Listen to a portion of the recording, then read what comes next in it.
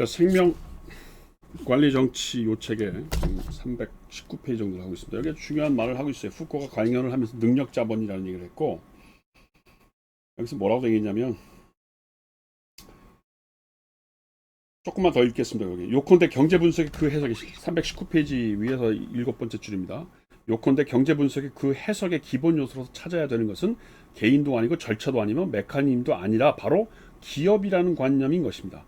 기업이라는 단위로 구성된 경제, 기업이라는 단위로 구성된 사회, 바로 이것이 자유주의에 결부된 해독의 원리임과 동시에 자유주의에 의한 사회와 경제 합리화를 위한 개혁인 것입니다. 기업적인 논리가 등장했다는 거예요. 너무나도 당연한 얘기죠. 조금만 더 보겠습니다. 그래서 그 319페이지 밑에 호모 에코노미크스는 교환의 상대방이 아닙니다. 호모 에코노미크스는 기업가, 그것도 자기 자신의 기업가입니다. 그러니까 내 자신이 기업가가 돼야 돼요. 내가 내 스스로가 행동하는 방식이 절대적인 생산성을 높이고 효율성을 높일 수 있게 나 스스로 끊임없이 개발하고 경쟁해야 된다는 겁니다. 그러면서 320페이지는 그것이 바로 인적 자본이 구성되는 방식이라는 거예요. 인적 자본, 능력 자본, 인적 자본이라는 말을 했어요. 그 다음에 이제 325페이지에서 뭐라고 후코가 얘기하냐면, 그래서 교육 투자라고 하는 것이 굉장히 중요한 요인이 됐다는 거예요. 교육이라고 하는 게 과거에는 어떻게 됐습니까? 저마다의 자기의 개성을 개발시키는 것이 교육이었죠. 그런데 이제 이쯤 되면 뭐 알투사를 거쳐서 후코에 오면 교육이라고 하는 건 나의 인적 자본, 능력 자본을 키우는 하나의 투자예요. 그래서 뭔가 투자한다는 건 뭐예요? 그 투자를 통해서 이윤이 없으면 교육을 할 수 없는 거죠. 교육할 필요가 없는 거예요. 그러니까 계산할 수 있었다는 겁니다. 그 다음에 두 번째로 뭐예요? 이동성 얘기를 해요. 인적 자본을 구성하는 요소들 가운데 가동성, 다시 말해서 한 개인이 이동할 수 있는 능력, 이주, 이것이 굉장히 중요하다는 거예요. 그러니까 처음에 교육이라고 하는 건 어린아이부터 엄마가 아이를 키우는 방식부터 학교를 다니는 시간 뭐 이런 걸 통해서 삶의 어떤 효율성을 키워내는 것, 이게 중요하고, 그게 하나의 기업가로서 개인의 어떤 가치관을 결정하는 것이고, 그 다음에 이주 문제, 이동, 자꾸 아주 쉽게 이동하고 용이롭게 이동하면서 뭔가 돈을 벌 수 있는, 그러면서 이주라고 하는 것이 투자라고 생각을 하게 됐다는 겁니다. 그러면서 뭐예요?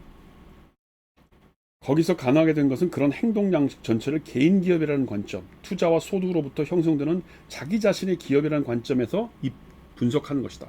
그러니까 이제 어떻게 되는 겁니까? 생산 관계로서 어떤 기업에 취직했다, 제가 직장을 취직했다. 과거의 케인주의자한 식의 1970년대까지만 해도 어떻게 돼요? 평생 직장, 내가 거기서 열심히 일해서 노하우를 쌓고, 그 노하우를 기업에서는 넌 숙련된 노동자니까 돈 많이 줄게, 이렇게 생각하고 오래 있었단 말이에요.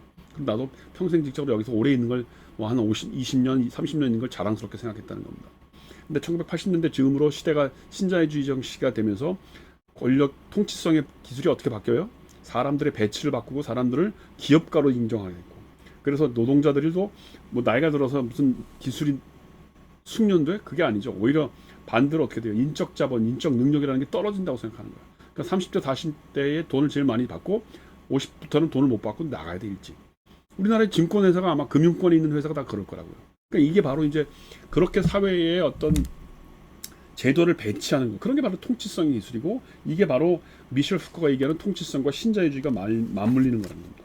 자꾸 이동해, 직장도 조금 전에 읽은 것처럼 자꾸 이동해 다니고, 그 다음에 교육도 돈 벌기 하는 걸로 뭐 생각하고 그러는 겁니다. 그러니까 이제 교육이라는 게 돈 못 벌면 교육이 안 되는 거죠. 그 다음에 이제 10강 351페이지 이즈음에서 보면 뭐가 나오냐면 범죄 얘기가 잠깐 나와요. 이게 뭐냐면 미국에서 마약 퇴치를 위해서 과거에는 완전히 그 마약을 완전히 박멸하는 방식으로 그 어떤 형사제도를 마련했는데, 경제학자들이 나와서 가지고 범죄의 문제와 효율성 문제를 얘기를 하기 시작했다는 거예요.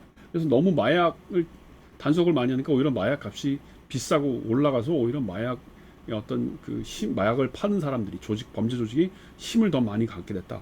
그래서 어떻게 생각하냐면 마약을 완전히 근절하는 게 아니고 마약 근절과 이 사람들이 어떤 그 마약하는 사람들이 행위 양식들을 비교해서 그 효율성을 높이는 방식으로 마약 단속을 하게 됐다는 거예요. 그러니까 완전히 마약을 0%로 만들겠다는 생각을 하는 게 아니고, 마약하는 사람을 줄이기도 하지만 값을, 그러니까 여기서 표현은 굉장히 많이 나타나요. 사람들의 행동을 위험한다는 거예요.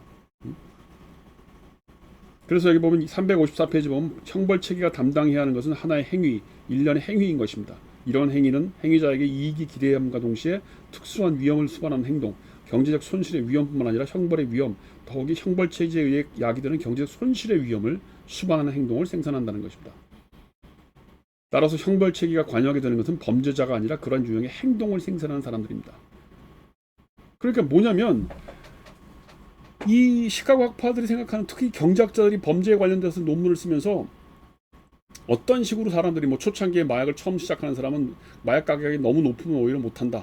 근데 완전히 끊을 수 없게 정도로 중독이 되면 마약 가격이 높아도 뭐 산다. 이런 식의 분석을 통해서 마약을 처벌하고 마약의 어떤 그 퇴치를 어떤 그 대응하는 형벌 체계, 그게 이제 배치죠. 사물의 배치죠. 그거를 바꿔서 사람들의 행동 양식을 조절하려고 했다는 거예요. 그러니까 결국은 이제 범죄성, 범죄 비용 이런 게 중요하다는 거예요. 과거에는 훈육적 권력, 이건 범죄성에 관련된 거라고 한다면 지금은 범죄 비용, 투자 대비 범죄를 얼마만큼 효율적으로 막을 수 있을까? 뭐 이런 거. 그래서 어떻게 하면 행동 양식을 뭐 조절할 수 있을까? 뭐 이런 것이 중요한 그 관점이 됐다는 거예요. 그래서 그 우리나라에서 뭐 많이 번역이 됐지만 무슨 그 경제학자들이 쓴 그 당시에 썼던 책 중에 뭐 이렇게 그걸 뭐라고 하더라? 그 엣지의 경제학이었던가 내가 기억이 안 나는데 뭐 소변기에다가 무슨 조그만 무슨 뭐 벌 하나를 그려놨더니 오히려 이제 소변이 밖으로 이게 퍼져서 더러워지는 율이 적어졌다. 그 다음에 무슨 뭐 상품 진열대에다가 뭐를 이렇게 쭉 놓는데 그냥 놓는 게 아니고 뭘 하나 이렇게 섞어놨더니 사람들의 시선이 더 좋아졌다. 뭐 그런 연구 논문들이나 그런 책들이 이 1980년대 이후에 미국의 경제학에서 많이 나오기 시작하는 거예요. 그러니까 일종의 인간 행동 경제학이죠. 미시 경제학에서도 더 밑으로 들어간 거예요. 그러니까 이게 후코의 관점에서 보면 전형적인 통치성과 자유주의, 신자유주의 권력과 관련되어 있다는 겁니다. 자, 그러면 이런 문제가 우리나라나 세계에서는 어떻게 되냐? 우리나라 얘기부터 잠깐 합시다. 이게 뭐예요, 이게? 이 책이 뭡니까? 나는 이 책 참 좋아하는데 이 책이 뭐냐면 그 자유의 의지, 자기 개발의 의지, 자기 개발의 의지라고 하는 것이 1990년대 우리 시대에 들어왔다는 거예요. 물론 그 전에 무슨 뭐 신지식인 얘기도 나오고 지식 기반 얘기도 나왔는데 이 지금 서동진 교수가 쓴 이 책에 의하면 저도 이런 지식을 통해서 유연한 노동의 주체, 그래서 뭔가 이 삶을 경영하고 인간을 경영하는 이 논리가 온 세상에 다 퍼졌다는 거예요. 이 책의 그 자기개발의 의지 4장 정도를 보면 자기개발이라고 하는 산업이 생겼다는 겁니다. 예전에는 성공학이라는 게 있었어요. 성공학.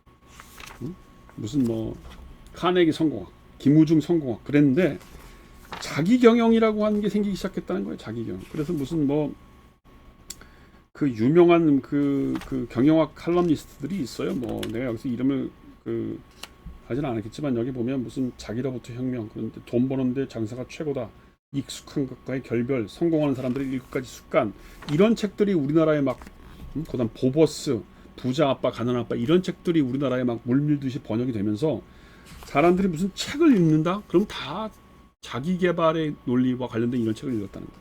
그 다음에 우리나라에서도 무슨 센터들이 만들어서 무슨 인재개발센터, 리더십센터, 컨설팅 이런 것들이 생기면서 내가 어떤 식으로 한 개인 기업으로서 나 자신을 어떤 식으로 개발할 것인가, 이런 것들이 우리 사회에 들어오기 시작했다는 거예요.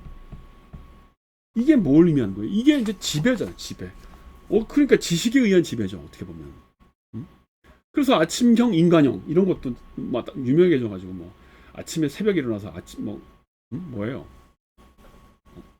그 뭐라고 그러죠? 뭐 어학, 뭐 중국어도 갔다, 일본어도 갔다. 그다음에 뭐 낮에는 무슨 잠깐 쉬는 시간에 점심도 안 먹고 무슨 리더십 센터, 문화개발 센터 가서 리더십 뭐 경도 듣고, 사람 그렇게 특정하게 자기 자신을 막 개발하려고 했다는 거예요. 이 소위 자기 혁신이라고 하는 이 논리가, 내가 스스로가 기업이라는 논리가 우리나라도 1990년대 들어오면서 어떻게 되는 거예요? 그게 통치라는 거죠. 내가 통치받고 있다는 걸 모르는 거예요. 그러니까 우리 사회에서는 교육도 그렇고 기업도 그렇고 다 경쟁 붙이고 뭐 능력, 핵심 역량 능력 뭐 이런 걸 키우라고 하면서 이것이 권력과 관련돼 있다고 하는, 이게 자유주의, 신자유주의 통치성이라는 걸 잘 모르는 거죠. 그러면 어떻게 돼요? 이제 사람 죽어나가는 거예요. 뭐 책 제목 중에 아무도 돌보지 마라 뭐 이런 책도 있고, 우리는 어떻게 괴물이 되었는가 이런 책들 제목도 있는데, 이게 뭐예요? 결국은 그런 신자유주의적 통치성 혹은 환경 개입 권력 이런 걸 통해서 사물을 배치하는 권력을 환경 개입 권력이라고 얘기한 겁니다. 그런 걸 통해서 내가 지배받고 있다는 거죠. 그건 어떻게 보면 감시와 처벌에서 얘기하는 훈육적 권력이나 이 성역사 일권에서 얘기했던 어떤 성적 욕망의 당착은 다른 새로운 형태의 권력을 얘기하는 거. 그걸 통치성의 권력이라고 얘기하는 겁니다. 여기서 끊고 갑시다.